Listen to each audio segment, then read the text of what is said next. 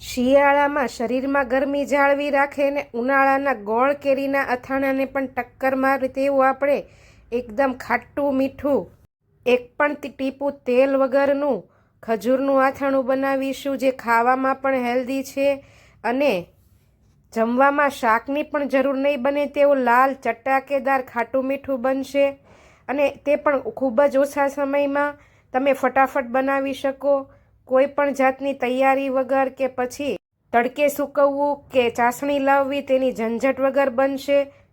જો તમે મારી રેસીપી જોતા હો, મારી રેસીપી ગમતી હોય ને મારી ચેનલ સબસ્ક્રાઈબ ન કરી હોય તો સબસ્ક્રાઈબ કરી લેજો અને હા, ત્યાં આપેલું બેલ આઇકન જરૂરથી દબાવજો, જેથી તમને મારી આવી નવી નવી રેસીપીના નોટિફિકેશન મળતા રહે। તો ચાલો હેલ્ધી એવું ખજૂરનું અથાણું બનાવવાનું ચાલુ કરીએ। મેં અહીં 500 ગ્રામ જેટલો ખજૂર લીધો છે। અથાણું બનાવવા માટે ખજૂરની ક્વોલિટી સારી રાખવાની, કારણ કે આપણે લાંબા સમય માટે રાખવું હોય એટલે, અને થોડો એવો કડક લેવાનો, એકદમ પોચો નહીં। તમે જુઓ તેમ આવી રીતે થોડો કડક ખજૂર હોય તે લેવાનો છે। હવે ખજૂરને વચ્ચેથી ઠળિયાનો ભાગ કાઢીને ઊભા 4 કાપા પાડીને આવી રીતે 4 ટુકડા કરી લઈશું એક ખજૂરમાંથી, જેથી તેમાં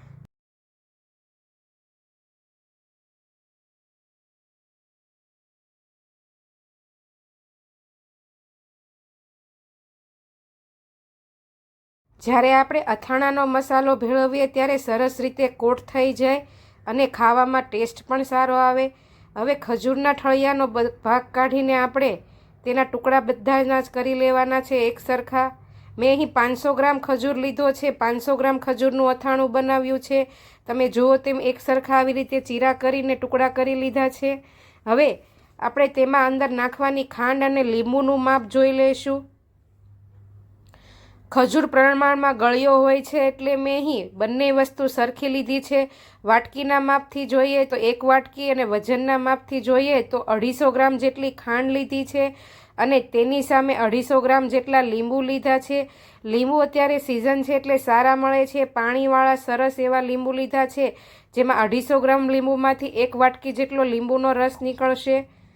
રસદાર લીંબુ છે, લીંબુના વચ્ચેથી એક સરખા ફાડા કરીને આપણે લીંબુનો રસ કાઢી લેવાનો છે અને જે ખાંડ છે તેને આપણે મિક્સર ગ્રાઇન્ડરના નાના જારમાં એડ કરીને તેને ફાઇન પાવડર કરી લેવાનો છે। પલ્સ મોડ ઉપર 4 થી 5 વખત કરીને એકદમ લોટ જેવો પાવડર કરી લઈશું। તમે આખી ખાંડ પણ એડ કરી શકો, પણ ગળતા વાર લાગે અને ઇન્સ્ટન્ટ થઈ જાય તે માટે મેં અહીં ખાંડનું બૂરું તૈયાર કરી લીધું છે। તમે બજારમાંથી જે તૈયાર બૂરું મળે તે પણ લઈ શકો। લીંબુના રસને મેં આવી રીતે ગળણીથી ગળીને બધા જ બીજને અંદરથી જે ક્રશ જેવો ભાગ હોય છે તે જુદો કરી લીધો છે। તમે જો લીંબુ નીચોવવાનું હોય તેનાથી કરો તો પણ આવી રીતે એક વખત લીંબુના રસને સરસ એવો નીચવી લેવાનો, જેથી અંદર લીંબુનો ક્રશ ન જાય, નહીતર અથાણામાં કડવાશ રહેશે। એટલે બધો જ લીંબુના રસને બરાબર રીતે આપણે ગળી લઈશું અને જે બૂરું ખાંડ તૈયાર કરી છે તેને આપણે થોડી થોડી એડ કરીને લીંબુના રસમાં મિક્સ કરી લેવાની છે। બંનેનું મિશ્રણ એક સરખું થઈને ઘટ થઈ જાય ત્યાં સુધી આવી રીતે એક રાઉન્ડમાં આપણે ફેટીને ખાંડને તેમાં પીગાળી લેવાની છે। ખાંડને દળી લીધેલી છે એટલે 3 થી 4 જ મિનિટમાં સરસ એવી પીગળી જશે અંદર। મેં બધી જ ખાંડ અંદર એડ કરી દીધી છે દળેલી। તમે આખી ખાંડ પણ આવી રીતે કરી શકો, પણ ફટાફટ થઈ જાય એટલે મેં ખાંડને દળી લીધેલી છે। આ અથાણું ગોળમાં પણ બને છે, તેમાં પણ આ જ રીતે માપ હોય છે અને ખાંડમાં પણ બને છે। તમે જો ગોળમાં ખાતા હો તો સેમ આ જ રીતે ગોળમાં પણ બનાવી શકો। સરસ એવું ઘટ એવું મિશ્રણ થઈ ગયું છે બંનેનું। હવે જે ગોળ કેરીનો જે તૈયાર મસાલો આવે છે તે આમાં અમે એડ કરીશું। મેં આ હોમમેડ બનાવ્યો છે અને આની રેસીપી મારા ચેનલ ઉપર પણ છે।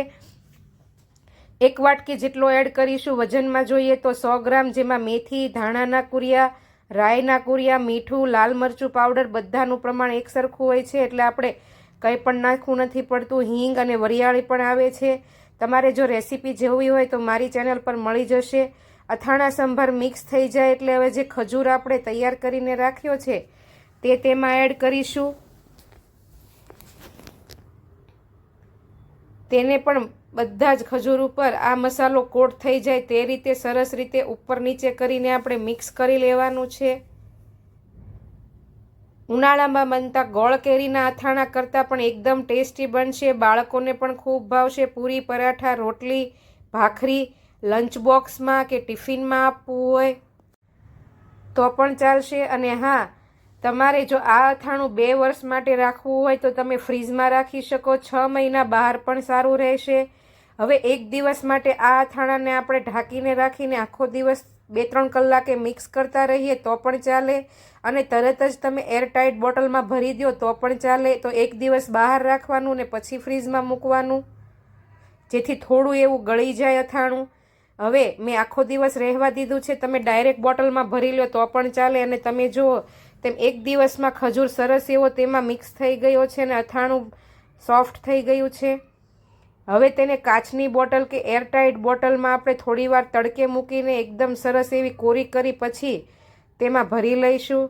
તો છે ને એકદમ ઇઝી રીતને ફટાફટ બની જતું ખજૂરનું અથાણું. કોઈ પણ ઝંઝટ વગર, ચાસણી વગર, તડકે સૂકવ્યા વગર ફટાફટ બની જાય. જો મારી આ રેસીપી વિડીયો ગમી હોય તો વધુમાં વધુ શેર કરજો. અને શું તમે પણ ખજૂરનું અથાણું બનાવો છો અને બનાવો છો તે ગોળમાં કે ખાંડમાં, તે મને કોમેન્ટમાં જરૂરથી જણાવજો. શિયાળામાં આ અથાણું ખાવામાં પણ હેલ્ધી છે અને શરીરમાં ગરમીનું પ્રમાણ પણ જાળવે છે ઠંડીને લીધે. તો ચાલો આવી નવી રેસીપી સાથે આપણે ફરી કાલે મળીશું. ત્યાં સુધી આવજો. જય શ્રી કૃષ્ણ.